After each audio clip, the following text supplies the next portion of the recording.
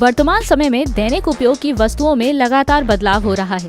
बात अगर घर को साफ रखने वाले उपकरणों की करें तो फ्लोर को साफ करने में जहां पोछे का इस्तेमाल किया जाता था, वहीं अब स्पिन मॉप आपके फर्श को अच्छी तरह से साफ करने में मदद करता है।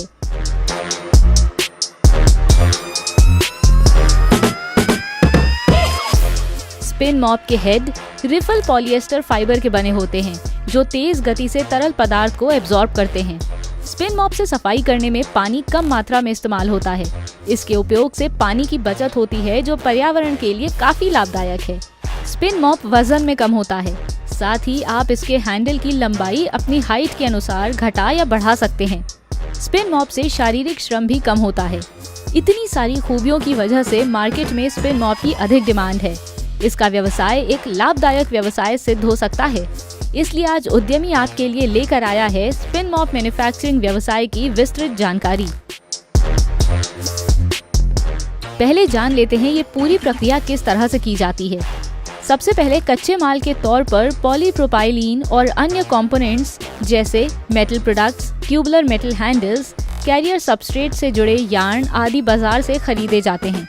फिर इनके निरीक्षण के बाद इन्हें स्टोर में रख दिया जाता है और आवश्यकता अनुसार इन्हें प्रोडक्शन लाइन में ले जाया जाता है। अगले चरण में पॉलीप्रोपाइलीन को हॉपर में ले जाया जाता है, जहां से इंजेक्शन मोल्डिंग प्रक्रिया द्वारा प्लास्टिक मोल्डेड बकेट्स का उत्पादन किया जाता है। इसके बाद सभी कंपोनेंट्स को मॉप बकेट में असेंबल किया जाता है। हैंडल को इस तरह से डिजाइन किया गया है जिससे यार्न आसानी से रोटेट हो जाता है और मॉप भी ड्राई हो जाता है। स्विवल्स और फ्रेम्स को इस तरह से डिजाइन किया गया है ताकि मॉप यार्न को ट्यूबुलर हैंडल से जोड़ा जा सके। असेंबलिंग के बाद स्पिन मॉप्स तैयार हो जाते हैं। अब इनका निरीक्षण किया जाता है और इन मॉप को कोरुगेटेड बॉक्सेस में पैक करके मार्केट में भेज दिया जाता है।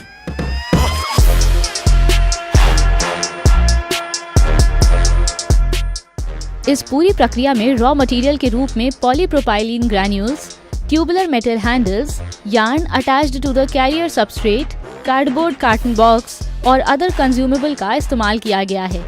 इस पूरी प्रक्रिया में जिन मशीनों का यूज होगा वो इस प्रकार हैं: injection moulding machine, hopper with mixture, printing machine इत्यादि।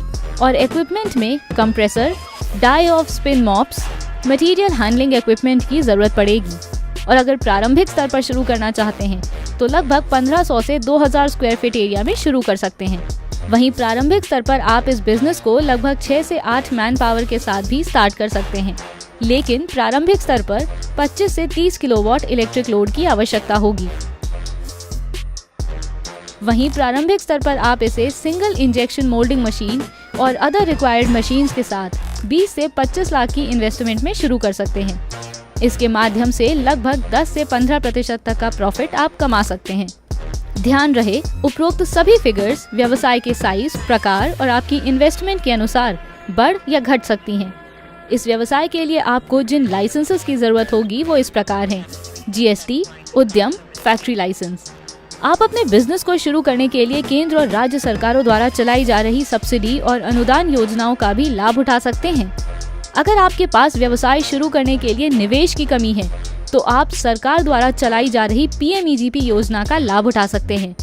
इस योजना के अंतर्गत 10 लाख से लेकर 25 लाख रुपए तक का लोन प्रावधान है और साथ ही आपके वर्ग के अनुसार सब्सिडी भी प्रदान की जाएगी।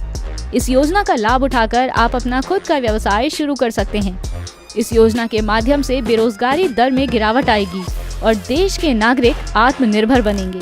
अधिक जानकारी के लिए सब्सक्राइब करिए हमारे चैनल उद्यमी इंडिया को और साथ ही डाउनलोड करिए उद्यमी ऐप, जहां आपको व्यवसाय से संबंधित सभी महत्वपूर्ण जानकारियां मिलेंगी।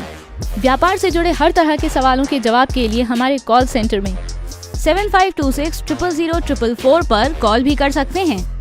अधिक जानकारी के लिए विजिट कीजिए हमारी वेबसाइट www.udyami.org.in पर।